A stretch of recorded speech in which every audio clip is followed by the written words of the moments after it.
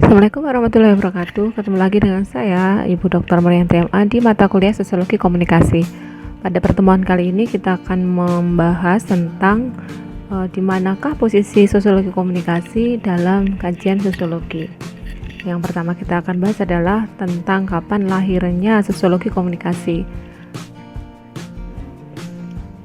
Sebenarnya kelahiran sosiologi komunikasi itu bersamaan dengan lahirnya sosiologi itu sendiri, karena terkait dengan paradigma-paradigma dalam sosiologi yang juga di dalamnya itu secara langsung ataupun tidak langsung membahas tentang sosiologi komunikasi. Karena bagaimanapun dalam kajian sosiologi itu sebenarnya satu teori itu bisa digunakan untuk membaca banyak peristiwa yang lain. Yang pertama kita lihat dari paradigma struktural fungsional, di mana tokoh yang berada dalam paradigma ini ada Auguste Comte, Durkheim, Talcott Parsons, dan Robert Camberton. Tentu teman-teman masih ingat tokoh-tokoh ini banyak mengkaji sosiologi klasik ya, atau berada pada sosiologi klasik dan modern. Auguste Comte itu sangat terkenal dengan dinamika sosial, kemudian Durkheim dengan kesadaran kolektif atau collective behavior.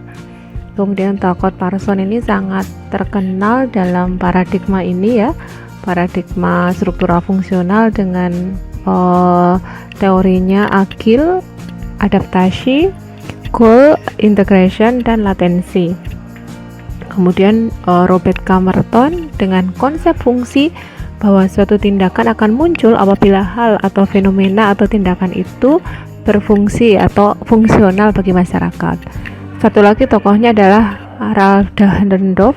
Mungkin teman-teman tahu ya, ini adalah melakukan kritik terhadap struktural fungsional, akan tetapi dia juga banyak mengkaji tentang struktural fungsional sendiri, yang menyatakan bahwa setiap unsur dalam masyarakat memiliki fungsi memberikan sumbangan pada terpeliharanya masyarakat bagi suatu sistem. Asumsi yang dibangun adalah terkait dengan komunikasi massa ya dalam paradigma ini. Media massa dapat menciptakan iklim atau kondisi bagi terjadinya perubahan-perubahan dengan membujuk, artinya mempengaruhi tanpa paksaan, nilai-nilai, sikap-sikap, dan berbagai macam perilaku yang menunjang modernisasi. Komunikasi massa dapat mendorong seseorang mengambil bagian atau mengambil keputusan dalam masyarakat. Karena ketika kita bicara komunikasi massa yang akan kita bahas dalam pertemuan selanjutnya, informasi itu sudah menjadi milik publik atau milik massa yang terkadang kita tidak tahu siapa itu orangnya atau yang mengkonsumsi informasi itu sendiri. Paradigma yang kedua itu adalah paradigma interaksionisme simbolik.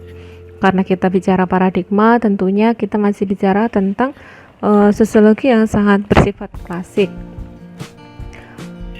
Herbert Mead yang banyak berada pada paradigma ini menyatakan bahwa manusia bertindak terhadap sesuatu, benda, fenomena atas dasar yang dimiliki oleh benda tersebut baginya, sementara makna dihasilkan oleh seseorang yang berinteraksi dengan orang lain. Makna itu tidak melekat pada benda, tetapi tergantung pada seseorang yang terlibat dalam interaksi tersebut. Kehidupan masyarakat terbentuk melalui proses interaksi dan komunikasi antar individu dan antar kelompok dengan menggunakan simbol-simbol yang dipahami maknanya melalui proses belajar.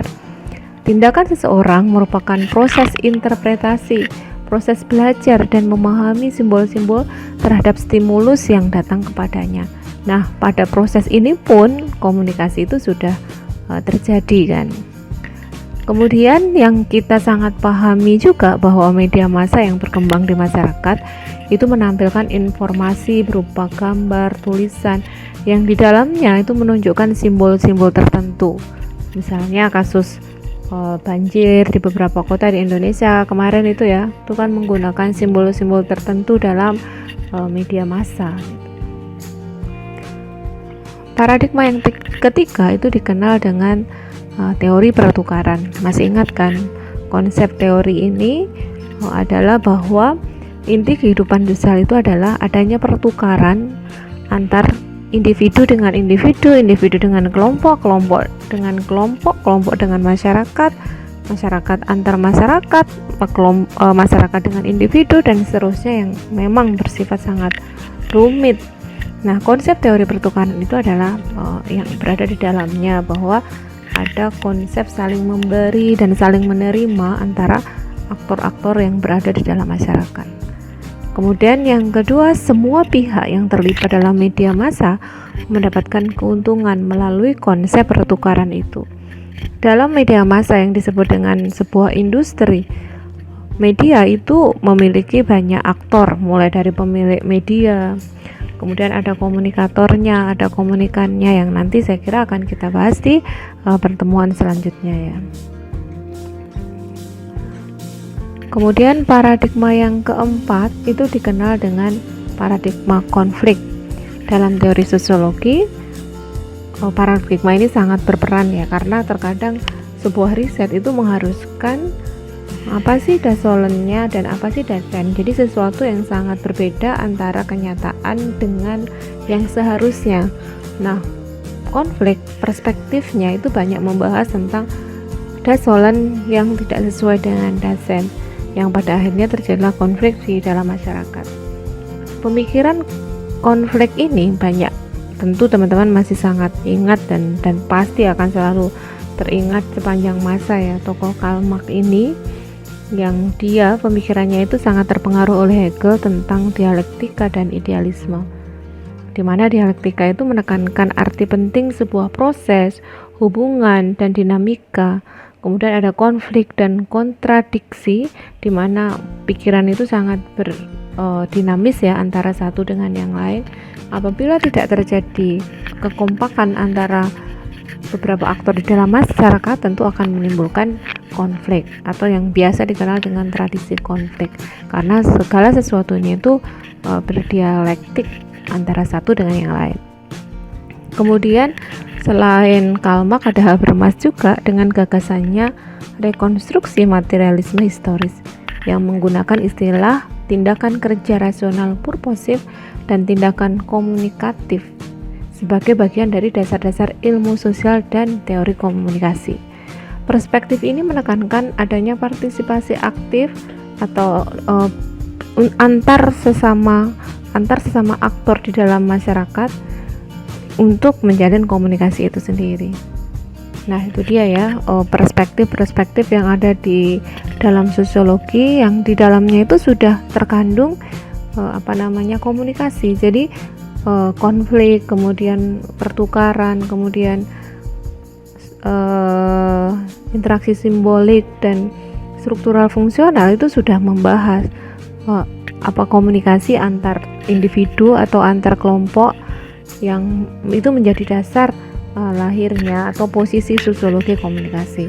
Artinya apa? Bahwa kemudian sosiologi itu mengandung atau perspektifnya itu sudah membicarakan sosiologi komunikasi, atau dengan bahasa lain sosiologi komunikasi itu bersamaan lahirnya dengan sosiologi itu sendiri, dari klasik, modern, sampai teori sekarang ini ya, yang post-truth atau postmodern. Oke, terima kasih.